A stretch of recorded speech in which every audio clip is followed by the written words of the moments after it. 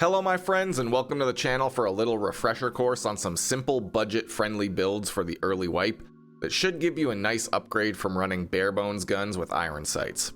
All of these builds are using level 1 traders, and I do believe the only unlocks that you will need for these is from Gunsmith Part 1 and 2 and unlocking Jaeger. But I'll show alternatives for those parts if you don't have them unlocked. With the new recoil system in Tarkov, extremely simple builds like these are actually surprisingly effective. And you can actually keep them on target even in full auto, which is like a dream come true to many of us. You don't need piles of meta attachments to make guns useful anymore. You can just slap a sight and a laser or a flashlight on them and be pretty much good to go. I won't cover every weapon you can build at level 1 traders because some of them you basically have to just run with default attachments.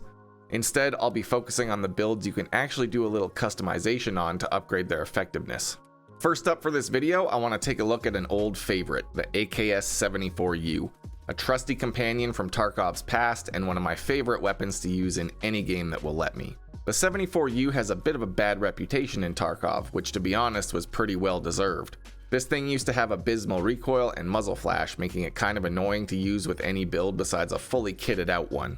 After the recoil rework though, this thing is just as comfortable to use as a full-size AK, but it's a bit more compact so it's easier to use in close quarters and it's a bit lighter.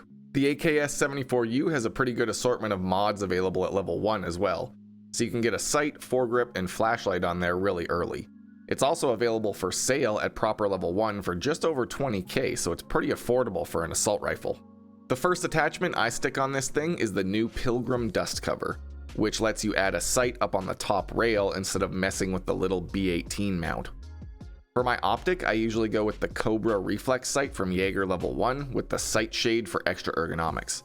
If you don't have Jaeger unlocked, you can also pick up the MRS sight from Skier level 1. If you end up with an AKS-74UN that has the dovetail mount on it, you can skip the dust cover and just use one of the dovetail Cobra sights sold by proper level 1. Next, I add the B11 handguard from Skier, which has rails for a tactical device and a foregrip. If this one is sold out, you can also pick up the Goliath handguard instead, which also has rails for attachments. For a grip, I'm running the RK6 from Skier because it has some recoil reduction, but you can also run the KAC vertical grip from Peacekeeper if this one's sold out. For a tactical device, I generally run the blue laser from Skier, but you can also use the 25mm mount ring with a flashlight inside that sold by Peacekeeper. Next up, I want to take a look at some full-size AKs, starting with the Vepr 136 semi-auto 7.62x39 rifle. This one has always been a pretty solid choice early wipe, but right now with the recoil rework, it is better than ever since it's much easier to actually effectively hit targets and keep track of your sight picture. On top of this, you can actually buy decent mags for this thing at level 1 traders now. Skier level 1 sells a 20-round P-mag for 7.62 AKs, and you can buy 10 per reset so you can run a few of these between trader resets.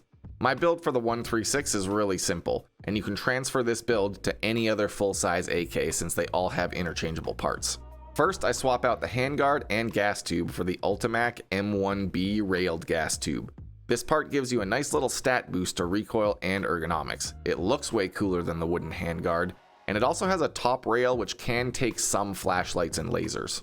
Next, I swap out the dust cover for the Bastion dust cover from Skier level 1, which lowers recoil and lets you mount a sight up top. For my optic, again I usually go with the Cobra sight from Jaeger, but if you don't have Jaeger unlocked, you can use the MRS sight from Skier instead. And with that, the build is complete. If you have any 30-round mags, those are a nice addition for some extra firepower, but if not, the 20-rounders from Skier work pretty nice in this semi-auto build. Like I said earlier, this one can be transferred to basically any AK except the AK-74U. So if you find AKMs, AK-74s, or AK-100s, anything like that, you can use the same parts to make a build. However, if you're looking to go a bit further with your AK mods, lucky for you, there is some other stuff at level 1 traders to satisfy your AK modding addiction after doing Gunsmith Part 1 and 2. After Gunsmith Part 2, you unlock the AK-100 series polymer handguard, which is a very cheap way to add a foregrip and a light or laser onto AKs. You can add this one onto anything except the AK-12 and the AK-74U, so it's quite versatile. On this handguard, I add the RK6 foregrip from Skier, and then I use either the blue laser or the 25mm mount rings and a flashlight. On AKs with a dovetail mount, like the 74N, 74M, AKMN, and the AK100 series, you can try out the new Cobra sight from Proper Level 1, which has a much nicer dot than the other one and a cleaner sight picture. You can also swap out the dust cover on these AKs and use the Bastion dust cover to put another red dot sight like the Cobra or MRS up top as well if you don't have the dovetail mount. Next up, let's take a look at a simple M4 build for all my USECs out there who start off with a few of these in their inventory. Not a lot has changed in terms of parts available at level 1, but the effectiveness of the build has been basically revolutionized with the recoil rework, allowing you to go full auto and stay on target even with an almost stock build. First up, if you've completed Gunsmith Part 1, you can swap out the front sight of the M4 with the railed gas block, which clears the front sight for easier visibility. This isn't necessary since the Cobra and MRS sights from level 1 traders can see over the gas block, but it does make it a bit cleaner when you're aiming. After this, I swap out the handguard for the KAC RIS handguard, which is split into an upper and lower portion at Peacekeeper level 1. This gets you an ergonomics boost and rails for a grip and a light or laser. I have the KAC vertical foregrip on my M4 to give it some more ergo, but if you want to drop the recoil a little more, you can use the RK6 grip instead. I also run my M4 with the 25mm mount ring and a flashlight from Peacekeeper so I can blind people and see in the dark. Other than this, really you just need to pick between the Cobra sight from Jaeger and the MRS from Skier, and you've got yourself a simple little M4 build that can do some work out there on the mean streets of Tarkov. If you've got an ADAR instead of an M4, well really the only modding you want to do with level 1 traders is to add a sight up top and maybe get rid of the front sight by using the railed gas block if you've done Gunsmith Part 1. You get some cool mods for ADAR builds at level 2 traders, but there's not much here at level 1. Last but not least for the rifles at level 1 traders, I want to give a little bit of love to the SKS. This thing has always been underrated, and with the recoil changes, I think it's become a quite useful mid-range rifle for low gear runs on bigger maps. Specifically, once you unlock Jaeger, you can buy the OP-SKS, which can have a dovetail mount installed. Jaeger level 1 sells this dovetail mount, and with it you can add reflex sights and magnified scopes with dovetail mounts. Specifically for our purposes, you can get the dark gray PSO scope from Proper level 1 and put it onto this mount. And then you have a very clean scope that you can use to scout for enemies and land shots at a pretty good distance. I would recommend buying 1 or 2 20-round mags from Peacekeeper for this build as well, so you aren't stuck with the default 10-round internal mag. To wrap this up, I just have 2 quick SMG builds that you can use with your starter SMGs from each faction. And if I'm not mistaken, you can buy both the PP19 and MP5 from level 1 traders, so if you like these builds, you can keep running them even after you lose your starter gear. First up, the PP19. This thing is an early wipe classic, and it's even better now with the recoil rework.